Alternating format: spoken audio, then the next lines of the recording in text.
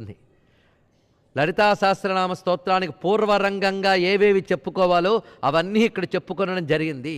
ఒక్కసారి పురస్చరణ చేసుకుందామా, స్మరించుకుందాం కనీసం. ఒకటి లలితోపాఖ్యానం, ఇక్కడ విస్తారంగా చెప్పుకున్నాం ఇదే వేదికపై. 2 సౌందర్యలహరి, అది విస్మరించలేనిదే. 3వది చండీ సప్తసతి దేవీ మహాత్మ్యం.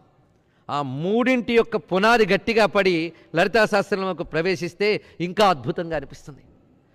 మరి లేకపోతే హయగ్రీవ స్వామి వారు కూడా లలితా సహస్రనామం చెప్పడానికి ముందు ఇవన్నీ చెప్పారట. ఇవన్నీ గ్రహించి తర్వాత కానీ సహస్రనామంలోకి వెళితే ఇంకా అద్భుతంగా ఉంటుంది అని హయగ్రీవుల వారి హృదయమే. అందుకు నువ్వు ఇప్పటి వరకు ఇవన్నీ చెప్పేవయ్యా అంటూ ఇంకా ఎన్ని చెప్పాడో చూడండి ఇక్కడ.